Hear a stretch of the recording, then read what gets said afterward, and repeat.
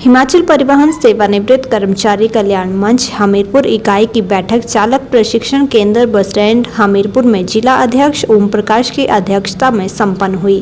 बैठक में प्रदेश कार्यकारी अध्यक्ष अजमेर ठाकुर विशेष रूप से उपस्थित रहे। कल्याण मंच सरकार व निगम प्रबंधन के प्रति गहरा रोष प्रकट करता है और शीघ्र अतिशीघ्र पेंशन देने की मांग करता है। वहीं प्रदेश कार्यकारी अध्यक्ष ने कहा कि 4 मार्च 2025 को HRTC पेंशनर्स संयुक्त संघर्ष समिति की बैठक तारादेवी में सचिव राजेंद्र ठाकुर की अध्यक्षता में संपन्न हुई, जिसमें संघर्ष समिति मीडिया प्रभारी बृजलाल मोहन, अजमेर ठाकुर, रूपचंद शर्मा, केसी चौहान, सुरेंद्र गौतम सहित सभी 22 सदस्यों ने भाग लिया। बैठक में सर्वसहमति से निर्णय लिया गया कि 10 सूत्रीय मांग पत्र सरकार व निगम प्रबंधन को दिया है, उसके संदर्भ में 2 दिन के भीतर एक स्मारण पत्र सरकार व निगम प्रबंधन को दिया जाएगा। अगर फिर भी बजट सत्र से पहले वार्ता के लिए नहीं बुलाया गया तो आंदोलन का बिगुल बजा दिया जाएगा, जिसकी सारी जिम्मेदारी सरकार व निगम प्रबंधन की होगी। ठाकुर ने बताया कि भारतीय राज्य पेंशनर महासंघ का धरना प्रदर्शन 5 मार्च 2025 को राष्ट्रीय वरिष्ठ उपाध्यक्ष घनश्याम शर्मा की अध्यक्षता में चौड़ा मैदान शिमला में किया गया, जिसमें सभी विभागों से सैकड़ों लोगों ने भाग लिया तथा अकेले परिवहन पेंशनर्स से ही पदाधिकारियों व सदस्यों सहित 400 लोगों ने इस प्रदर्शन में भाग लिया। धरने में निर्णय लिया गया कि सरकार ने JCC को शीघ्र वार्ता के लिए बुलाया तो हिमाचल प्रदेश का सभी पेंशनर्स समाज संयुक्त संघर्ष समिति के बैनर तले संघर्ष करने से गुरेज नहीं करेगा, जिसकी सारी जिम्मेदारी हिमाचल प्रदेश सरकार की होगी। 1983 से शिक्षा के क्षेत्र में अग्रणी Silver Bell senior secondary school Hiranagar Hamirpur पिछले 4 दशकों से शिक्षा जगत में एक अहम स्थान बनाए हुए है। श्रीमती शकुंतला निघाल के कुशल नेतृत्व में सिल्वर बेल्स की टीम द्वारा बच्चों को गुणात्मक शिक्षा प्रदान की जाती है, जिसमें बच्चों के सर्वांगीण विकास पर विशेष ध्यान दिया जाता है। I started the school in 1983 because there was a dire necessity for the English medium school that time. So previously I was hesitating, but still I started the school with 3 children, but it flourished on very well, and that was because of the cooperation of the staff as well parents. They did all the efforts to take the school up and flourish it very well, and we excelled in all the spheres, cultural activities, outdoor activities as well as the education activities. Super Magnet group की सहभागिता से silver bell school में दी जाती है बच्चों को विभिन्न प्रतियोगी परीक्षाओं के लिए कोचिंग और नौनिहालों के लिए अत्याधुनिक सुविधा से युक्त बाल वाटिका की सुविधा भी उपलब्ध है। बच्चों के लिए स्कूल द्वारा ट्रांसपोर्ट की सुविधा 15 किलोमीटर के दायरे में दी जा रही है। गौरवमयी अतीत से सुनहरे भविष्य के निर्माण के लिए प्रतिबद्ध सिल्वर बेल्स स्कूल में आज ही अपने बच्चे के लिए सीट बुक करवाएं। हमीरपुर इकाई की मासिक बैठक थी और मुद्दे तो हमारे पेंशन संबंधी हैं कि आज 7 तारीख हो गई है, अभी तक परिवार पेंशनों को पेंशन तक नहीं मिली है। ये बहुत दुख का विषय है। कभी 18 तारीख को मिलती है, कभी 27 को मिलती है, कभी 13 को मिलती है। आज भी 7 तारीख हो गई है, परंतु अभी तक सरकार के पास पैसे का इंतजाम नहीं है।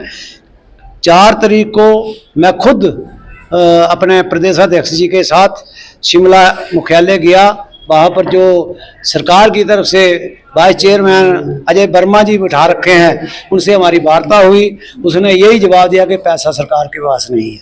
तो पैसा तो सरकार का काम है इंतजाम करना, क्योंकि हम लोगों को तो 35-35 साल और 30-30 साल नौकरियां करने के बाद जो है पेंशन लगी है, तो वो हमारा फंडेबल राइट है और पेंशन तो हम लेकर रहेंगे। और सरकार की जिम्मेदारी बनती है। एक तरफ तो सरकार बसों की खरीद फरोख्त के लिए बात कर रही है कि बसें खरीदेंगे, ये करेंगे, वो करेंगे। ठीक है, बसें भी आनी चाहिए, बसों के बगैर भी दायरा नहीं चलने वाला है।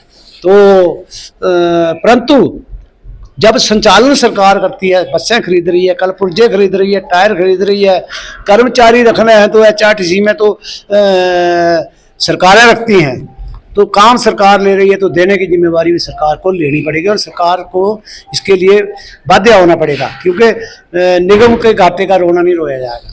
घाटा है तो सरकार की वजह से है, अफसरशाही की वजह से है। कर्मचारियों जिन्होंने अपनी पूरी जवानी के दिन जो है जगह जगह लगा दिया, रात दिन सेवाएं की हैं। कलांग से चलकर जो दिल्ली तक पहुंचना, लेह से शिमला, दिल्ली चंडीगढ़ पहुंचना, तो वो लोगों का काम नहीं है, वो सरकार का काम है। हम लोगों ने सेवाएं दी हैं, हमारे को अपनी पेंशन जो पहली तारीख को मिलनी चाहिए। दूसरा, जो 65-70 के केस थे, चलो केस करके ही मिले, मगर वो तकरीबन सबको लग गए हैं। 116 के जो पे स्केल का एरर है वो अभी तक पेंशनरों को और कार्यरत कर्मचारियों को नहीं दिया गया है, तो उसके केस भी हमारे पेंशन भाइयों ने किए हैं और हमारे हक में फैसला आया हुआ है। अब सरकार ने 31 मार्च तक जो इसके लिए समय मांगा है कि 31 मार्च से पहले हम बजट में इसका प्रावधान करेंगे, तो वो सरकार का काम है। पहली तारीख को हमारे हक में फैसला आने वाला है और आ चुका है। अब देखना ये है कि सरकार कितनी खरी उतरती है इसके ऊपर। दूसरा, सरकार झूठ पर झूठ बोल रही है कि 9 करोड़ रुपया हमने चिकित्सा बिलों का दे दिया। वृद्धावस्था में लोग जो है बीमारियों से ग्रस्त हैं, कईयों को कैंसर है, कईयों को हार्ट ट्रबल है, कईयों को कुछ है, तो चिकित्सा बिल हमारे 2.5-3 साल से अभी तक नहीं मिले हैं। 9 करोड़ रुपया चिकित्सा बिलों का फंसा हुआ। उसके लिए माननीय मुख्यमंत्री हिमाचल प्रदेश, इन्होंने 12/10/24 को इन्होंने घोषणा की थी, जब स्थापना दिवस शिमला में मनाया गया, कि जो मेडिकल बिलों का पैसा है वो 9 करोड़ रुपया मैंने जारी कर दिया है। तो मैं पूछना चाहता हूँ माननीय मुख्यमंत्री को इस मंच से कि वो 9 करोड़ कहाँ गया, कहाँ गायब हुआ। तो ऐसे झूठ ना बोलना है, झूठ बोलने के बजाय जो है काम पर ध्यान दें और पेंशनों को वृद्धावस्था में तंग ना करें और पेंशनों के जो हक हैं उन्हें दें। दिए कि हमने कल्याण मंच और कल्याण संगठन, 2 संगठन ही हैं परिवहन सेवानिवृत्त कर्मचारियों के, तो हमने एक जेसी का गठन किया है पिछले 1.5 महीने के से, और उसकी बैठक जो 4 मार्च को हमारी तारदेवी में हुई, तो उसमें मैं भी मेंबर हूँ। तो वहाँ पर चर्चा हुई कि 10 सूत्रीय मांग पत्र जो सरकार को जेईसी बनने के बाद तुरंत बाद दे दिया गया था। उसके ऊपर सरकार को वार्ता के लिए समय मांगा गया था, परंतु सरकार और प्रबंधन ने वार्ता के लिए कोई हमें कॉल नहीं की, कोई पत्र नहीं आया। फिर वहाँ पर चर्चा हुई बैठक में कि एक स्मरण पत्र जो सरकार और प्रबंधन को दिया जाए, जो प्रोटोकॉल है, तो वो जो स्मरण पत्र है वो भी कल दे दिया गया है, और उसमें टाइम बाउंड किया है कि हमें बजट से पहले या 15 दिन के भीतर वार्ता के लिए नहीं बुलाया गया। तो हम जो है जितने भी पेंशनर हैं HRTC के, चाहे वो दूसरे संगठन से है चाहे कल्याण मंच से, ये जेएसी के माध्यम से, जेएसी के बैनर तले इकट्ठे हो जो जिलावार और पूरे हिमाचल में जन जागरण अभियान शुरू करेंगे। अगर सरकार फिर भी नहीं मानती है, हमारे हक नहीं देती है, तो हम जो है कोई भी आंदोलन की रूपरेखा तैयार करके जो आंदोलन करने के लिए बाध्य होंगे, जिसकी सारी जिम्मेदारी है सरकार की और प्रबंधन की।